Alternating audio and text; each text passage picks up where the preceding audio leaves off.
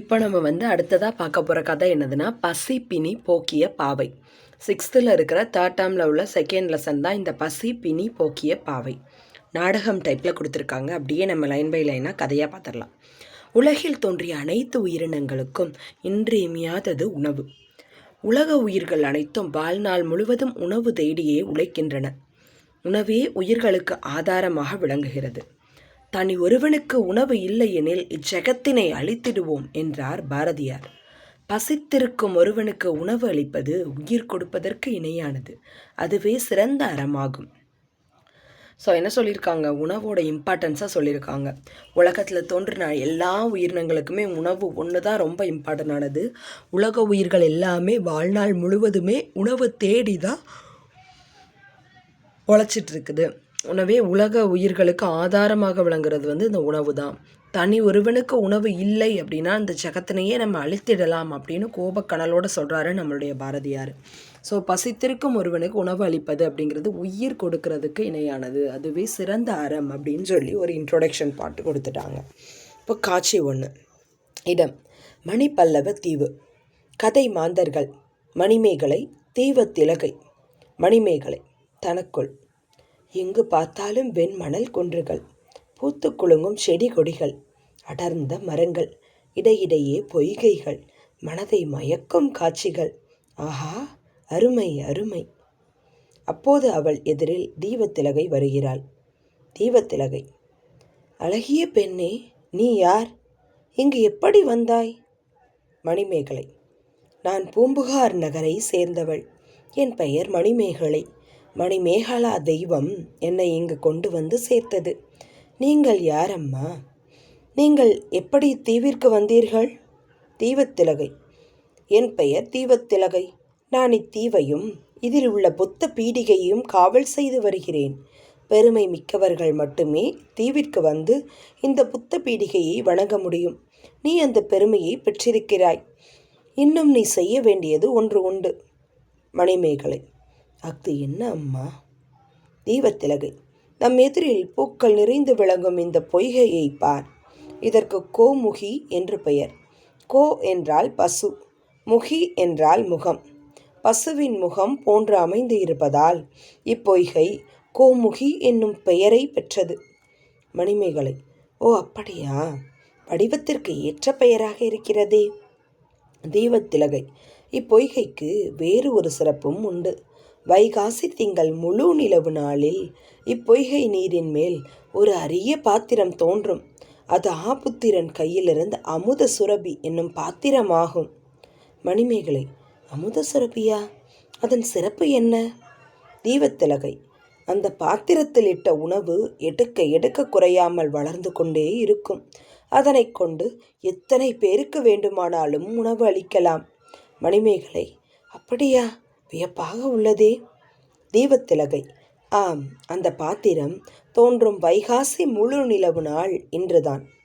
இவ்வாறு தீவத்திலகை சொல்லிக் கொண்டிருக்கும் போதே பொய்கையின் நீருக்கு மேல் அப்பாத்திரம் தோன்றுகிறது. மணிமேகலை அதனை வணங்கி கையில் எடுக்கிறாள். தீவத்திலகை: மணிமேகலையே, உயிர்களின் பசி போக்கும் அமுத சுரபியை நீ பெற்றுள்ளாய். இனி இவ்வுலக உயிர்கள் பசியால் வருந்தாத வகையில் உணவு வழங்கி உயர்வு பெறுவாயாக. மணிமேகலை தீவத்திலகையை வணங்கி அமுத சுரப்பியுடன் விடைபெறுகிறாள். பூம்புகாருக்கு திரும்புகிறாள். ஆதிரையிடம் உணவு பெற செல்கிறாள். காட்சி 2. இடம் ஆதிரையின் இல்லம். கதை மாந்தர்கள் ஆதிரை, மணிமேகலை. ஆதிரையின் வீட்டு வாயிலில் மணிமேகலை கையில் அமுத சுரபியுடன் வந்து நிற்கிறாள். ஆதிரை: யார் நீங்கள்? மணிமேகலை: இவ்வூரில் வாழ்ந்த கோவலன், மாதவி ஆகியோரின் மகள் நான். உங்களின் சிறப்பை அறிந்து இப்பாத்திரத்தில் உணவு பெற வந்தேன். ஆதிரை: ஓ, நீங்கள்தான் மணிமேகலையா? உங்கள் பெற்றோரை பற்றி அறிவேன். உங்களை இன்றுதான் காண்கிறேன். இஃது என்ன பாத்திரம்? மிகவும் அழகாக இருக்கிறதே. மணிமேகலை: இஃது அல்ல அல்ல குறையாமல் உணவு வழங்கும் அமுத சுரபியாகும். ஆதிரை: இப்பாத்திரம் உங்களுக்கு எப்படி கிடைத்தது? மணிமேகலை மணிப்பல்லத்தீவில் அமுத சுரபி பெற்ற வரலாற்றை கூறுகிறாள். ஆதிரை வியப்புடன்: அப்படியா? அமுத சுரபியின் சிறப்பை அறிந்தேன். அதில் இப்போதே உணவு இடுகின்றேன். ஆமாம், இதை கொண்டு என்ன செய்வீர்கள்? மணிமேகலை: அன்பிற்குரிய ஆதிரையே, ஏழை மக்களின் பசியை போக்குவதே மேலான அறம். உணவு கொடுத்தவர்களே உயிரை கொடுத்தவர்கள் என்பதை உணர்ந்துள்ளேன். ஆதலால் இந்த பாத்திரத்தில் இருக்கும் உணவை பசியால் வாடும் மக்களுக்கு எல்லாம் வழங்கப் போகின்றேன். ஆதிரை: மிகவும் மகிழ்ச்சி. உங்கள் அறம் செழிக்கட்டும். மக்களின் பசி நோய் ஒழியட்டும். இதோ இப்போதே அமுத சுரபியில் நான் உணவை இடுகின்றேன். ஆதிரை அமுத சுரபியில் உணவை இடுகிறாள். மணிமேகலை அமுத சுரபியை கொண்டு உடல் குறையுற்றோர், பிணியாளர், ஆதரவு அற்றோர் ஆகியோருக்கு உணவு அளிக்கிறாள். பின்னர் பூம்புகாரில் உள்ள சிறைச்சாலைக்கு சென்று அங்கு உள்ளவர்களுக்கும் உணவிடுகிறாள். காட்சி 3. இடம் அரண்மனை. கதை மாந்தர்கள்: சிறைக்காவலர், மன்னர், மணிமேகலை. சிறைக்காவலர்கள்: வேந்தே வணக்கம். இன்று காலை நம் சிறைச்சாலைக்கு இளம்பெண் ஒருத்தி வந்தாள். அவள் கையில் ஒரு சிறிய பாத்திரம் இருந்தது. அந்த சிறிய பாத்திரத்திலிருந்து உணவை அள்ளி அள்ளி சிறையில் இருந்த அனைவருக்கும் வழங்கினாள். ஆனால் அந்த பாத்திரத்தில் இருந்த உணவு குறையவே இல்லை. மன்னர் வியப்புடன்: என்ன, ஒரு சிறிய பாத்திரத்திலிருந்து உணவை எடுத்து அத்தனை பேருக்கும் வழங்கினாளா? அப்பெண்ணை உடனே அழைத்து வா. சிறைக்காவலர்: ஆகட்டும் மன்னா. சிறைக்காவலர்கள் மணிமேகலையை மன்னரிடம் அழைத்து வருகின்றனர். மணிமேகலை மன்னரை வணங்கி: அருளுள்ளம் கொண்ட அரசே வணக்கம்.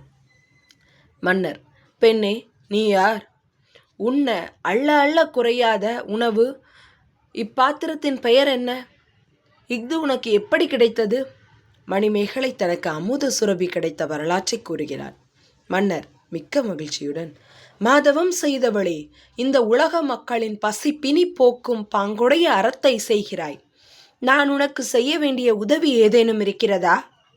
மணிமேகலை: அன்பால் ஆட்சி செய்யும் அரசே, சிறைச்சாலையில் தண்டனை பெற்றுள்ளவர்கள் திருந்தி வாழ வழி காண வேண்டும்.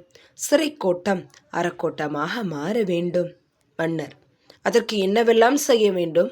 மணிமேகலை: வாழ்க்கைக்கு அறம் சொன்ன வள்ளுவர் வாழ்ந்த நாடு இது. புத்தர் பிறந்து அறம் போதித்த பூமி இது. எவை நன்மைகள், எவை தீமைகள் என்பவற்றையெல்லாம் தக்க அறிஞர்களை கொண்டு சிறையில் உள்ளவர்களுக்கு எடுத்து கூற வேண்டும். மேலும் அவர்களுக்கு பெற்றோரை மதித்தல், முதியோரை பேணல், உறவினர்களை அரவணைத்தல் போன்றவற்றை வலியுறுத்தும் அறநெறி கல்வியை அளிக்க வேண்டும். இதுவே என் வேண்டுகோள் மன்னா. மன்னர்: நல்லறம் புரியும் நங்கையே, உன் வேண்டுகோள் அனைத்தையும் நடைமுறைப்படுத்த ஆணையிடுகிறேன். நீ வாழ்க, உன் அறம் வளர்க. மணிமேகலை: நன்றி மன்னா. வணங்கி விடைபெறுகிறாள். அதோட இந்த நாடகம் முடிஞ்சிருச்சு. மணிமேகலா தெய்வம் மணிமேகலை அழைத்து சென்ற தீவு மணி பல்லவ தீவு. மணிமேகலை கையிலிருந்து அமுத சுரபியில் உணவு இட்ட பெண் ஆதிரை. அதுக்கு பாதுகாத்த பெண்ணை தான் தீவத்திலகை. ஸோ இந்த கதையை எக்ஸாம் பாயிண்ட் ஆஃப் வியூவில் பார்க்க போகிறோம். ஸோ இது ஸ்டோரியாக மட்டும் போதுங்கிறவங்க வீடியோவை ஸ்கிப் பண்ணிக்கோங்க. ஸோ எக்ஸாம் பாயிண்ட் ஆஃப் வியூவில் பார்க்கணும் அப்படின்னா இதில் என்னெல்லாம் சொல்லியிருக்காங்க.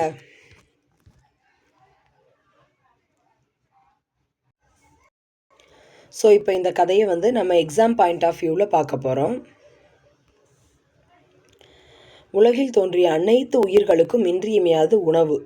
இதில் ஒரு லைன் கொடுத்துருக்காங்க. தனி ஒருவனுக்கு உணவு இல்லை என்றால் இச்சகத்தினை அழித்திடுவோம். தனி ஒருவனுக்கு உணவு இல்லை எனில் இச்சகத்தினை அழித்திடுவோம். இந்த பாயிண்ட்டை சொன்னது யார் அப்படின்னு பார்த்தோன்னா யார்? பாரதியார் சொன்னது தான் இந்த லைன். தனி ஒருவனுக்கு உணவு இல்லை எனில் இச்சகத்தினை அழித்திடுவோம்னு சொன்னது யாருப்பா? பாரதியார் சொன்னது தான் இந்த லைன். மணிப்பல்லவ தீவில் மணிமேகலை, தீவத்திலகை 2 பேருமே இருக்காங்க. ஸோ இப்போ ஒருத்தங்க இன்ட்ரடியூஸ் பண்ணிக்கிறாங்க. அப்போது அங்கே மணிப்பல்லவ தீவில் கோமுகி அப்படிங்கிற ஒரு பொய்கை இருக்குது. பொய்கைனா என்னது? பொய்கைனா சின்ன குளம் மாதிரி இமேஜின் பண்ணிக்கோங்க, சரியா? தண்ணி இருக்கக்கூடிய ஒரு இடம் தான் பொய்கை. அது ஃபேஸ் எப்படி இருக்குன்னா பசுவோட மூஞ்சு மாதிரியே இருக்குது. ஸோ கோமுகி அப்படிங்கிறது பசுவின் முகம் அப்படிங்கிற மீனிங்கில் கோமுகி அப்படின்னு பேர் வச்சுட்டாங்க. ஸோ அந்த வடிவத்துக்கு ஏற்ற பேராக இருக்குது. அதில் ஒரு ஸ்பெஷாலிட்டி இருக்குது. என்னதுன்னா அதில் வைகாசி திங்கள் முழு நிலவு நாளில் வைகாசி மாதம் முழு நிலவு நாள் அன்னைக்கு, அதாவது ஃபுல் மூன் அன்னைக்கு என்ன கிடைக்குமா, அதில் வந்து ஆபுத்திரன் கையிலிருந்து அமுத சுரபி அப்படிங்கிற ஒரு பாத்திரம் வந்து தோன்றும் அப்படின்னு சொல்கிறாங்க தீபத்திலகை. ஒன்று அப்படியா, அதோட ஸ்பெஷாலிட்டி என்ன அப்படின்னொன்று, அதில் வந்து என்னது, எடுக்க எடுக்க உணவு வந்து குறையவே செய்யாது, வளர்ந்து கொண்டே இருக்கும் அப்படின்னு சொல்கிறாங்க. இன்றைக்கி தான் அந்த நாள்னு சொன்னோன்னா அந்த அமுத சுரபி அப்படியே வருது. போய் மணிமேகலை வந்து எடுத்தோன்னே மணிமேகலையே உனக்கு வந்து உலகத்தில் கிடைக்கிற கரிய ஒரு பரிசு கிடச்சிருக்கு, அதனால் இதை வச்சு நீ செய்ய வேண்டியதை செய்யணுன்னு நேராக அதை கொண்டுட்டு ஆதிரை கிட்டே போகிறாங்க. ஆதிரை தான் அந்த இதில் வந்து பிச்சை இடக்கூடிய பெண்ணாக இருக்காங்க, பிச்சை இடுறாங்க. மணிப்பல்லவ தீவில் எனக்கு இந்த இது கிடச்சிச்சுன்னு அவங்கக்கிட்ட அவங்க எக்ஸ்பிளைன் பண்ணோன்னே ஓகே அப்படின்னு சொல்லிட்டு அமுத சுரபியில் போடுறாங்க. அதுக்கப்புறமா சிறை கோட்டத்துக்குள்ளே போகிறாங்க. போயிட்டு அங்கே இருக்கிற எல்லாத்துக்கும் சாப்பாடு கொடுக்குறத பார்த்தோன்னே மன்னன்ட்ட கம்ப்ளைண்ட் பண்ணுறாங்க. உடனே மன்னன் வந்து கூப்பிட்டு விசாரிக்கமிச்சில் சொல்லிவிட்டு, நீங்கள் அறக்கோட்டமாக மாற்றணும், சிறை கோட்டத்தில் இருக்கவங்க எல்லாத்துக்கும் ஃபஸ்ட்டு வந்து அறத்தை டீச் பண்ணிவிட்டு அவங்கள வெளியே விட்டுருங்கன்ற மாதிரி சொல்கிறாங்க. உடனே அதுக்கும் அவங்க வந்து ஓகே சொல்லிடுறாங்க. ஸோ இந்த லெசனில் வந்து எக்ஸாம் பாயிண்ட் ஆஃப் வியூவில் வந்து ஒரு 4 பாயிண்ட்டு தான் இருக்குது, ஒன்றுமே இல்லை. தனி ஒருவனுக்கு உணவு இல்லை எனில் இஜகத்தினை அழித்திடுவோம்னு சொன்னது யார், பாரதியார். அப்புறமா இந்த பொய்கையை வந்து கோமுகி ஷேப்பில் ஒன்று இருக்குது மணிப்பல்லவ தீவில். கோனா பசு, முகினா முகம், பசுவோட முகம் மாதிரியே இருக்கிறதுனால தான் கோமுகி அப்படின்னு பேர் வச்சுருக்காங்க. வைகாசி திங்கள் முழு நிலவு நாளில் அந்த கோமுகி மேலே ஒரு வந்து பாத்திரம் வந்து வரும். அது வந்து ஆபுத்திரன் கையிலிருந்து அமுத சுரபினா என்னது, எடுக்க எடுக்க உணவு வந்து குறையாமல் வந்துகிட்டே இருக்கும். அந்த இதில் உணவு ஃபஸ்ட்டு கொடுத்த பெண் யாருன்னா ஆதிரை. தீபத்திலகைட்டேருந்து விடுபட்டு இங்கே ஆதிரைகிட்ட போய் உணவு வாங்குகிறாங்க. ஆதிரை வந்து உணவு விடுறாங்க. அதுக்கப்புறமா அவங்க வந்து பசிப்பினியை போய் தீர்க்குறாங்கன்னு சொல்லி கதை முடிஞ்சிருது. Thank you friends.